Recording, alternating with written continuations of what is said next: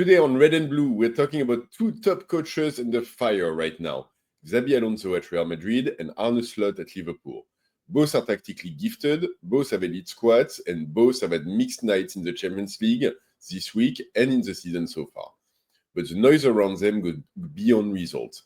It's about tactics, squad management, star relationships, and expectations that feel impossible to meet.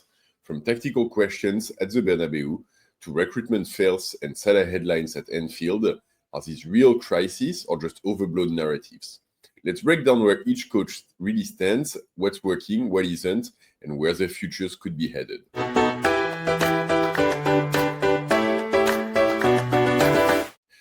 Two coaches under fire. I think like that's the consensus around both of them. I think both of them are in slightly different situations, so it's worth talking about. And I think, interestingly, both clubs played very big games in the Champions League this week, and all of those things really crystallize what's happening on both sides. So I think it's a pretty good time to take a step back and take a look at what's happening, and what's likely to happen moving forward. There's been a lot of conversation on both sides about the coaches getting pushed out. I think the reality of it is probably a bit more layered. And so, yeah, definitely worth talking about a little bit. First one, let's start with Arne Slot. And I think, like I've said, like the weight of history in Liverpool. Liverpool season has been incredibly inconsistent. They're sitting in the mid-table range on the in the Premier League with some like really frustrating results. They've had draws, like a recent 3-3 against Leeds. I know they've lost against bitter rival Man United, which hadn't happened in the longest time. So there's really been a lot of criticisms to be found here, and especially coming at the back of last season, where they really dominated the Premier League, dominated Europe for half of the season until they met up with PSG, and at the back of a summer transfer window where they spent like £500 million to bring in some incredible player, admittedly, like Verts, like Ekitike, like Isaac, players in defense as well. They did bring in a lot of talent, and so this was really supposed to take them over the top and push them beyond anyone's range right now. And the reality, and it's funny because as PSG fans, we actually know this very well, is that winning in the transfer window rarely actually converts on the pitch. And it's not necessarily a good sign when you're making headlines of people saying your transfer window is just mind-blowing. And yeah, it's really been this case. And I think, Arne Slot ultimately, like, he's made it. I don't know if worse is the right word for it, but probably is. But by going into a conflict, going into a conflict with Mo Salah, and I think there's responsibility on both sides, and probably a lot more on the Mo Salah side than on the Arne Slot side. The reality of it is that a lot of players within this Liverpool side have been underperforming. And I think, there was a lot of chatter around Konate, there was a lot of chatter around Van Dijk, there's a lot of chatter around the recruits, there's a lot of chatter around the midfield not really finding their groove like they did last season. But nothing really blew up to the level of the chatter around Mo Salah, who's been in very disappointing form so far this season.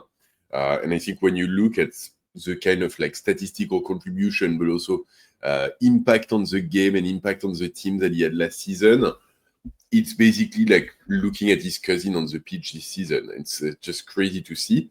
And it's come to a point where Arne Slot has put him on the bench a few games, which then in turn drove Salah to make some noise in the media, to complain about it, to say like the promises of the club aren't being upheld. And all of this is just like adding up to a massive fire. That's that's not stopping, that's not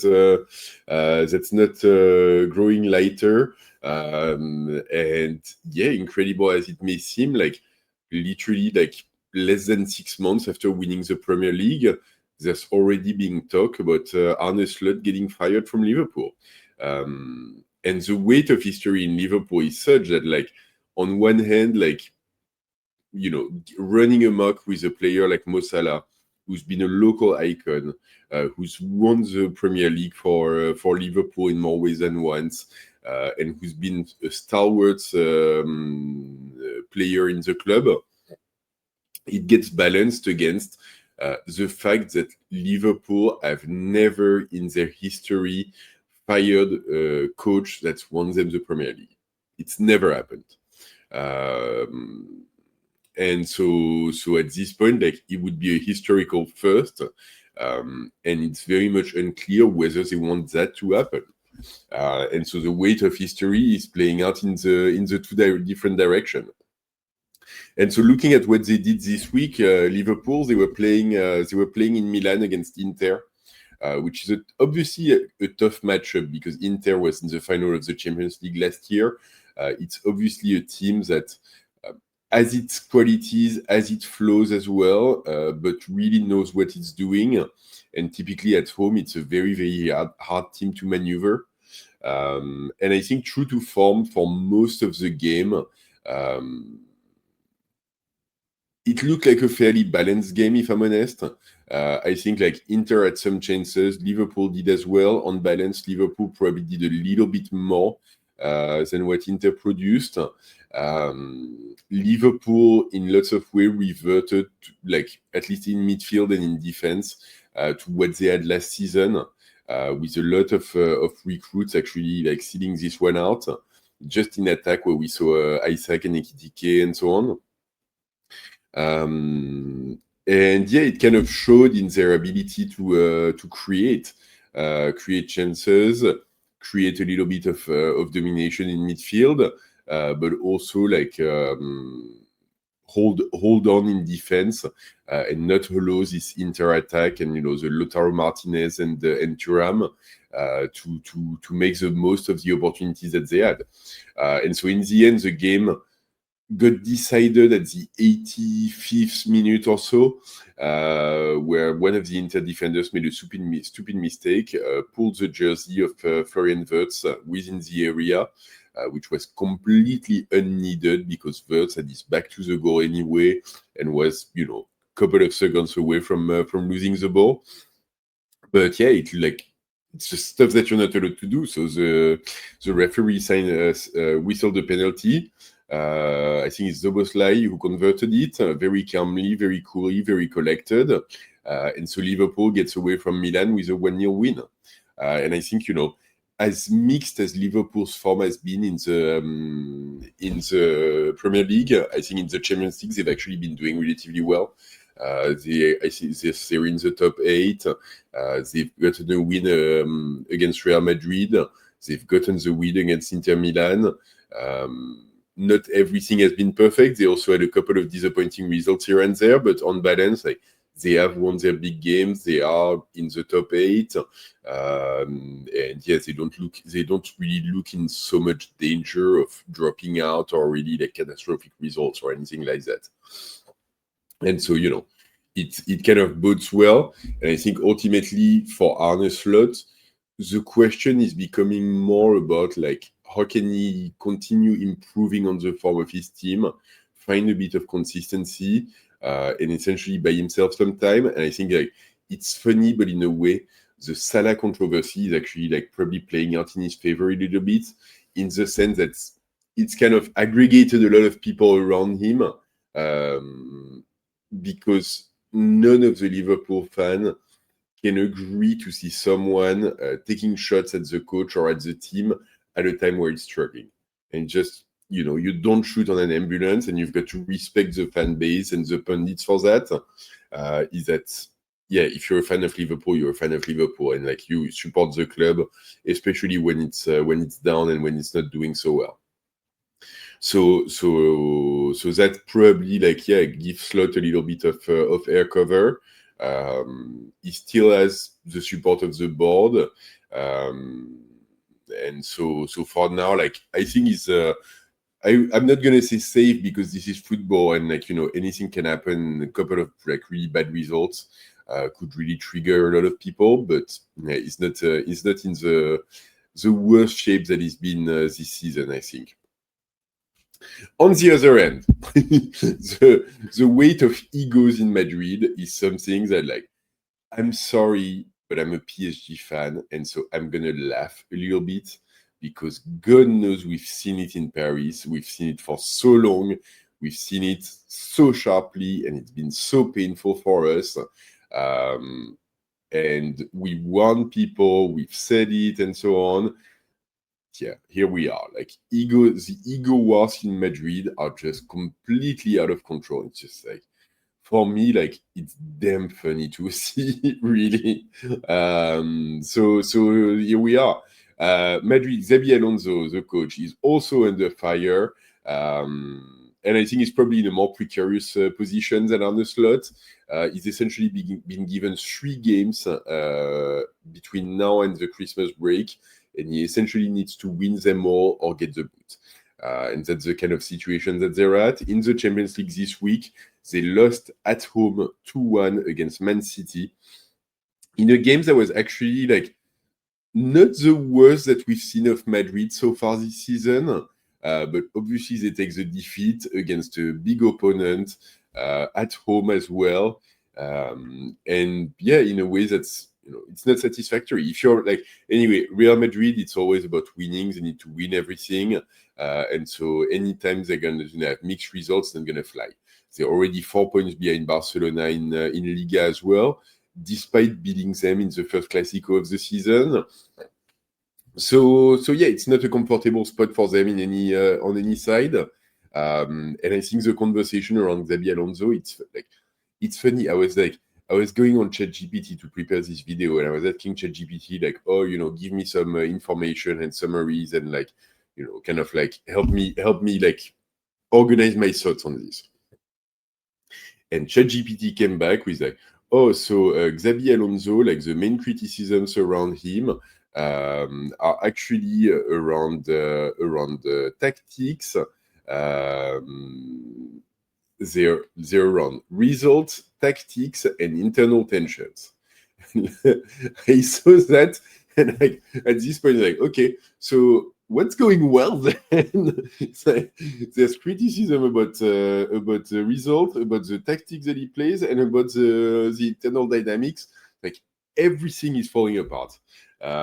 So first, they brought Xabi Alonso for a couple of reasons. One, because he had amazing results with Bayer Leverkusen. Obviously, he had the unbeaten season that took them to a Bundesliga win. And so that's what Madrid wanted. They are absolutely not getting that. That success in Bayer Leverkusen was built on very, very strong tactical identity and principles that got ingrained into the player in a really good way. And, a very dynamic kind of modern football with a lot of intensity. In a way, like, not completely dissimilar in some ways to, like, what Luis Enrique is playing in PSG. And I think initially we saw some signs that Xabi Alonso was trying to put things in place. But I think recently, to me at least, it looks more and more like he's completely given up on it. And now it's just about, like, hey man, like, whatever it takes to win some games, because, like, really, like, can't go on like this. And I think it brings to the third point, which is, like, Carlo Ancelotti in Real Madrid has this very rotten, round people management where, every player felt like a favorite child and very massaged into performance and into, good moments and good feelings and so on. And I think, like, some people in the Real Madrid management probably felt that, like, that kind of management was a bit soft, especially if you look at the results and playing style of last year.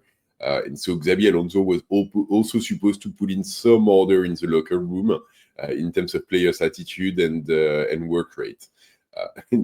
God, that's failed.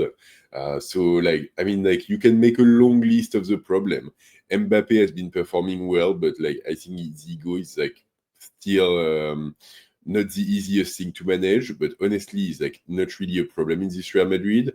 Vinicius Junior is like negotiating for a contract extension that never seems to happen, and at the same time not producing performance, and not liking that the spotlight has been poured for him, and like, so it's creating a lot of trouble. Rodrigo was half pushed out last summer, and not really getting the consideration that he should have as a great player who scored this week in against Man City.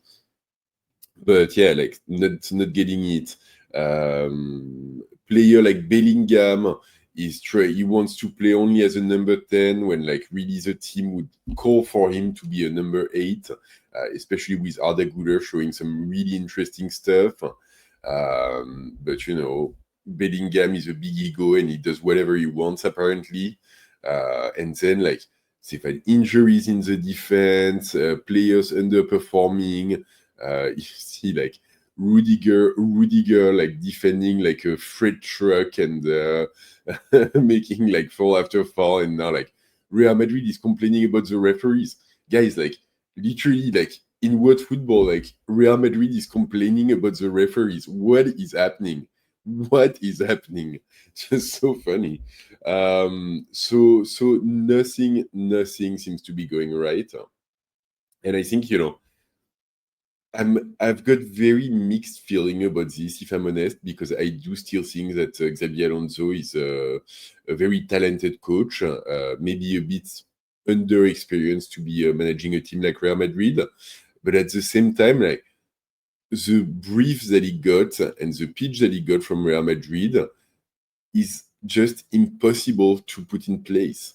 And I don't see anyone who would have a better chance of making it happen than him. Because now the rumor is that they're gonna go get some of their ex-players from their third division team to handle the first team, and they're gonna bring back Zidane, who's waiting for the French squad to open up in June, or Jurgen Klopp, who said he's done with football for now.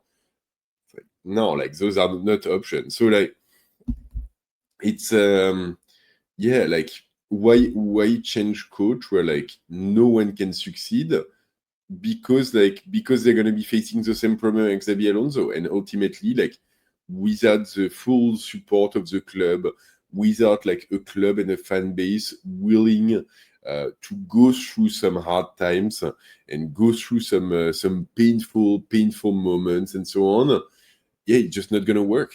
It's just not going to work. And ultimately, like building something in a club, it doesn't happen in 6 months, in 4 months. It happens in like 2 years. So yeah.